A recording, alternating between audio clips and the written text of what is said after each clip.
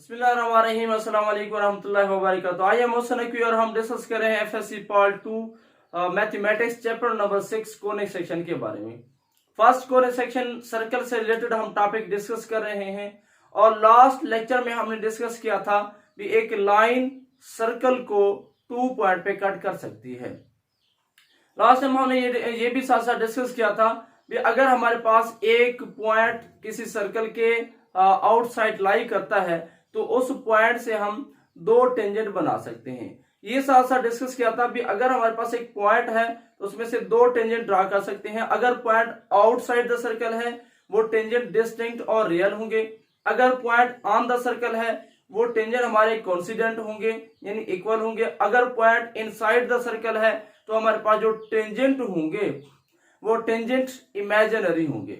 तो आज उसी टेंजेंट से रिलेटेड हमारे पास एक डेफिनेशन है और साथ साथ उसका एक फार्मूला हम डिस्कस करेंगे।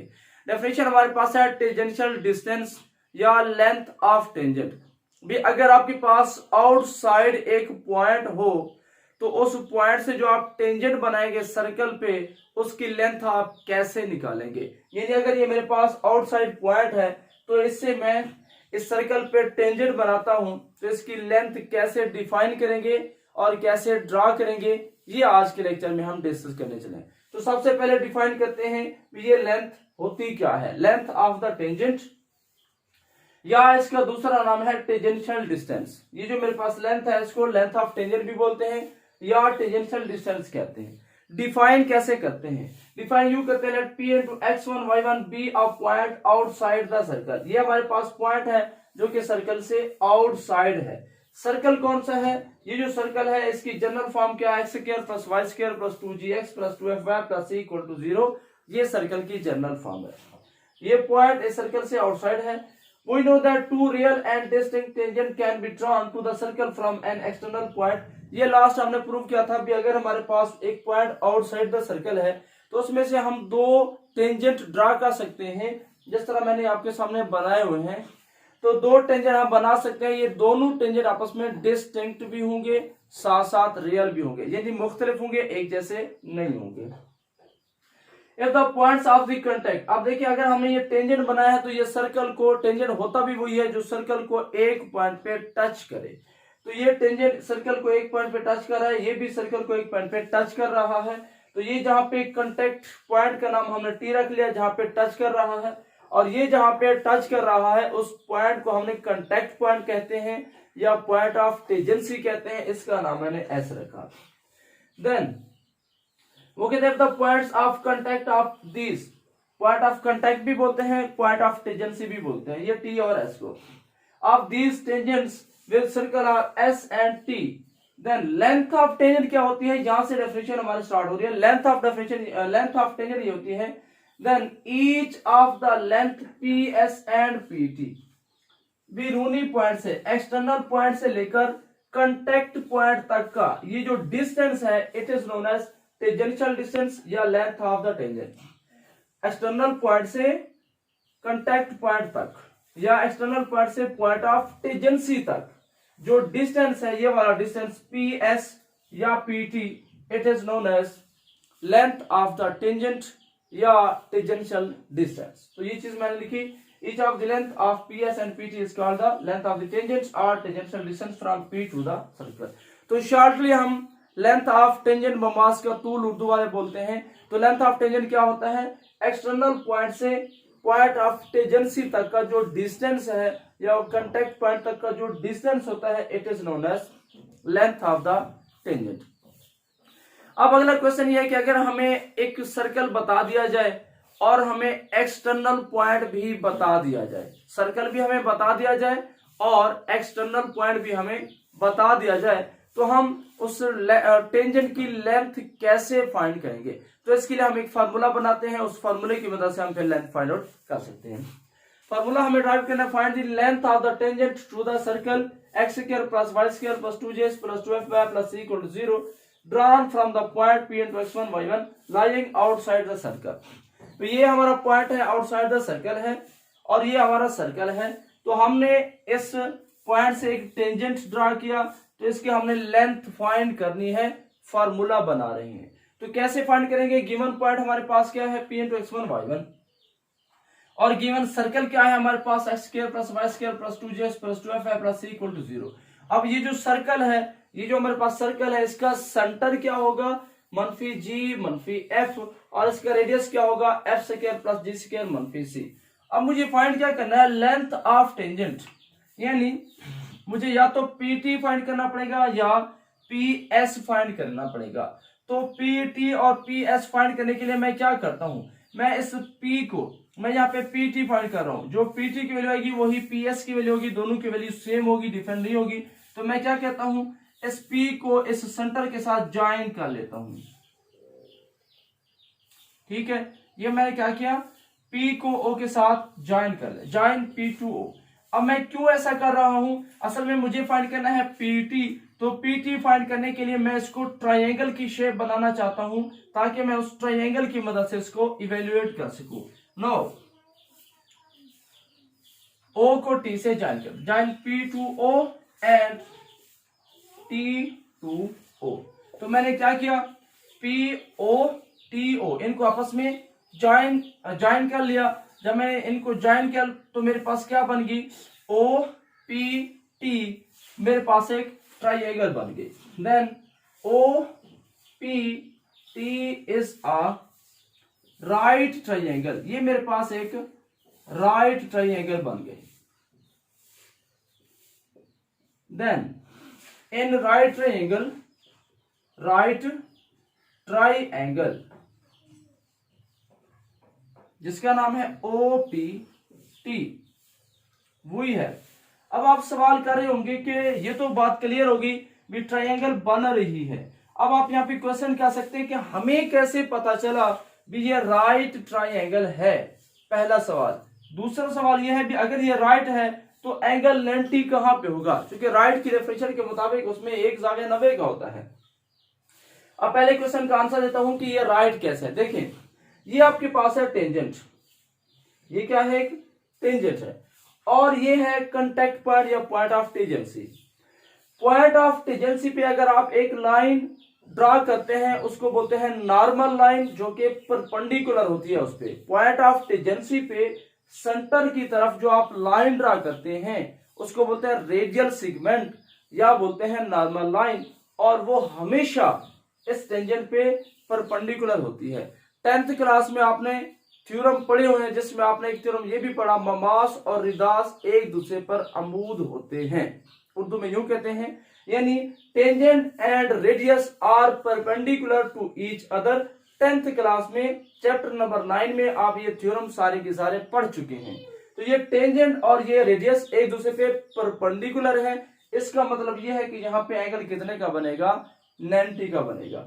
सो इस वजह से मैं बोल रहा हूं ये मेरे पास एक राइट ट्रायंगल है 10th क्लास के थ्योरम्स को फॉलो करते हुए।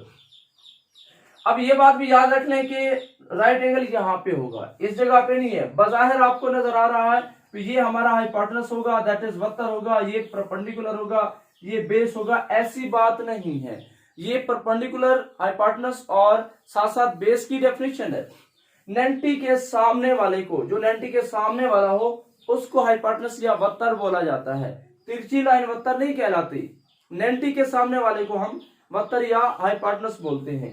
और अगर 90 के अलावा कोई और एंगल हो, फॉर एग्जाम्पल मैं यहाँ पे एंगल ले लेता हूं, ठीक है, तो ये एंगल के सामने वाले साइड को परपेंडिकुलर बोलेंगे और बाकी जो बचेगा ये हमारा बेस कहलाएगा। अब अगर मैं यहाँ पे एंगल ले लेता हूं, फिर ये मेरा परपेंडिकुलर, ये बेस बन जाएगा। याद रख लें, परपेंडिकुलर और बेस चेंज होते हैं लेकिन हाइपोटेनस कभी चेंज नहीं होता। हाइपोटेनस 90 के सामने वाले को हाइपोटेनस बोलते हैं। नो, अब ये ट्रायंगल मेरे पास क्या है? Right triangle. क्यों? क्योंकि 10th क्लास कहती है कि टेंजेंट और रेडियस एक दूसरे पे हमेशा परपेंडिकुलर होते हैं। सो एंगल 90 का है, ये राइट ट्रायंगल है। तो राइट ट्रायंगल के मुताबिक, तो इस अगर राइट ट्रायंगल है तो इस पे पाइथागोरस थ्योरम अप्लाई होता है बाय पाइथागोरस थ्योरम। मसला है फिथागोरस के मुताबिक वो क्या कहता है?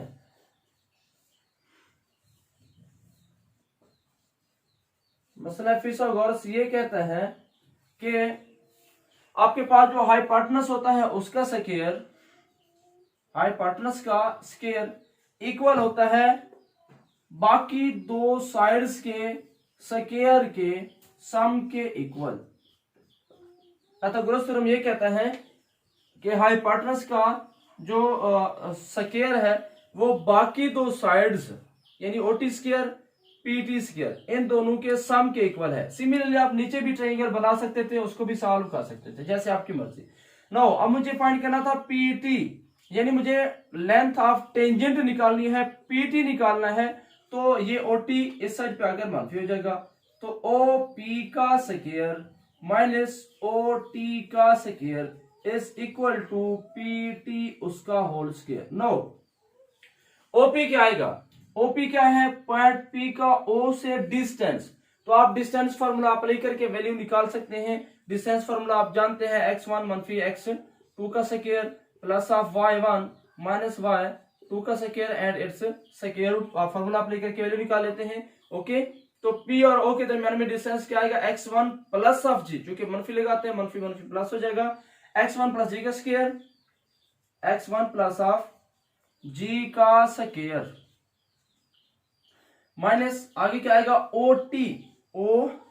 OT क्या है, बेसिकली OT को गौर से देखिए, ये आपके पास रेडियस है, रेडियस ऑफ द सर्कल, और रेडियस को हम डिफाइन कर चुके हैं भी, हमारा रेडियस किसके इक्वल है, एफ स्क्वायर प्लस जी स्क्वायर मनफी सी। सो आपके पास क्या आएगा, एफ का स्क्वायर प्लस जी का स्क्वायर मनफी सी। अब देखिए स्क्वायर जब आप लेंगे तो ये स्क्वायर रूट हमारा खत्म हो जाएगा, सॉरी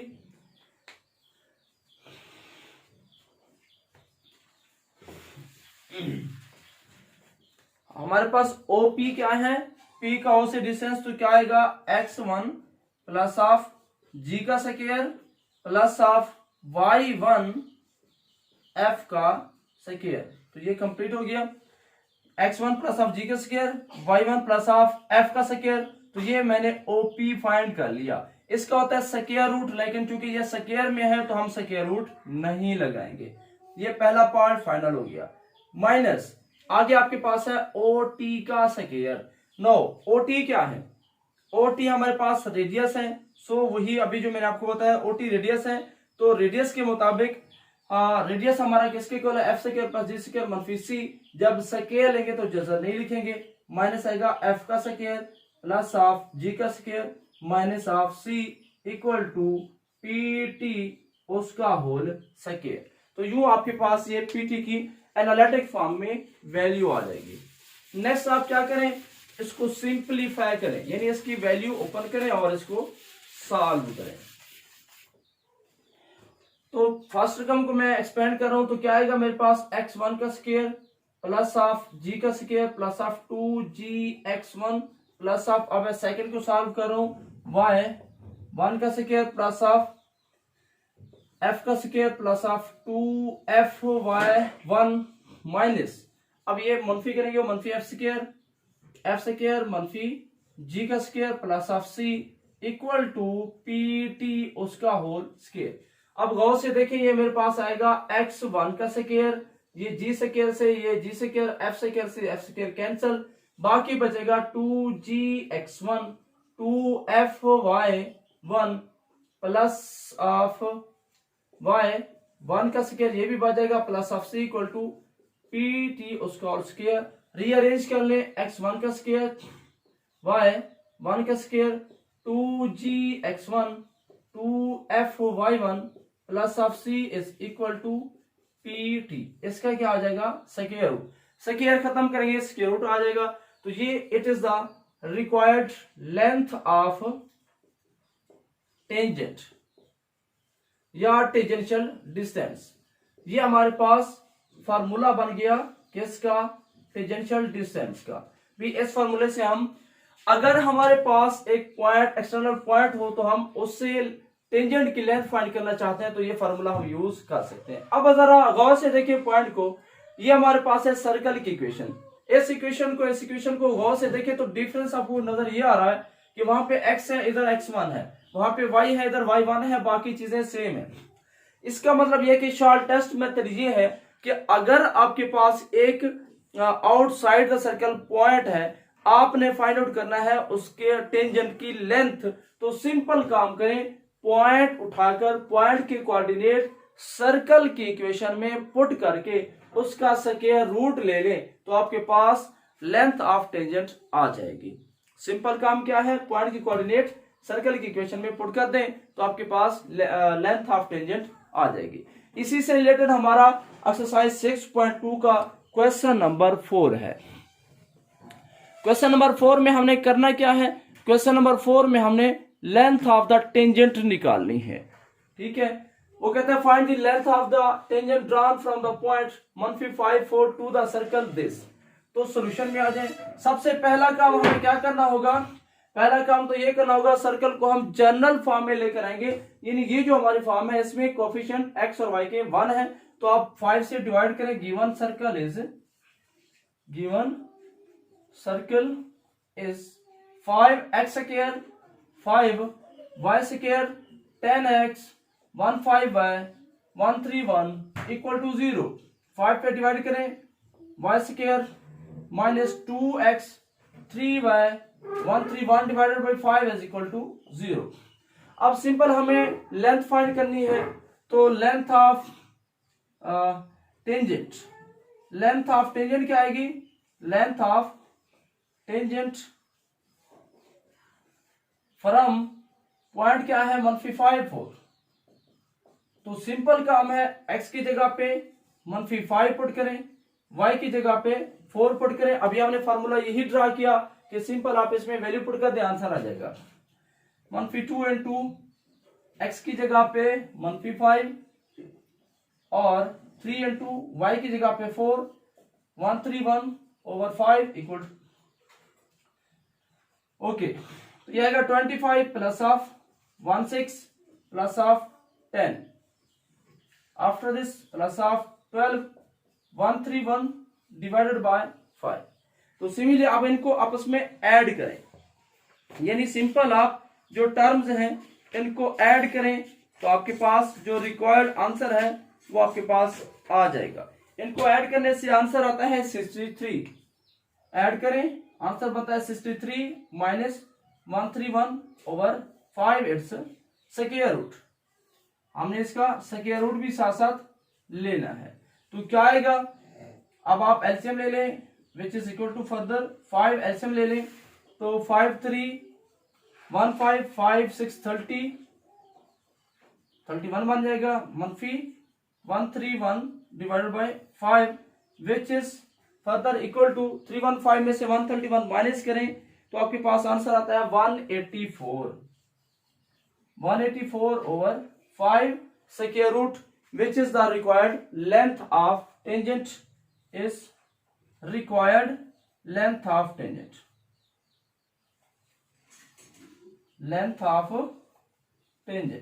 बस ये हमारे पास टेंजेंट की टोटल लेंथ आ जाएगी। तो आज के लेक्चर में हमने क्या डिस्कस किया, हमने डिस्कस किया नंबर 1 टेंजेंशियल डिस्टेंस या लेंथ ऑफ टेंजेंट। तो मैंने आपको बताया कि एक्सटर्नल पॉइंट से बीरूनी पॉइंट से पॉइंट ऑफ टेंजेंसी तक का जो डिस्टेंस होता है it is known as length of tangent. Secondly हमने फार्मूला उसका ड्रा किया, तो सिंपल फार्मूला है कि आपके पास जो सर्कल की इक्वेशन है, तो आपने अगर इस पॉइंट से इसका डिस्टेंस चेक करना है तो पॉइंट की कोऑर्डिनेट सर्कल की इक्वेशन में पुट करके उसका स्क्वायर रूट ले लें तो आपके पास आंसर आ जाएगा। तीसरे नंबर पे हमने एक्सरसाइज 6.2 का क्वेश्चन नंबर 4 सॉल्व किया, जिसमें हमने पॉइंट 1554 का सर्कल से distance length of the tangent हमने फाइंड आउट की। तो करेंगे at the end. Allah Hafiz.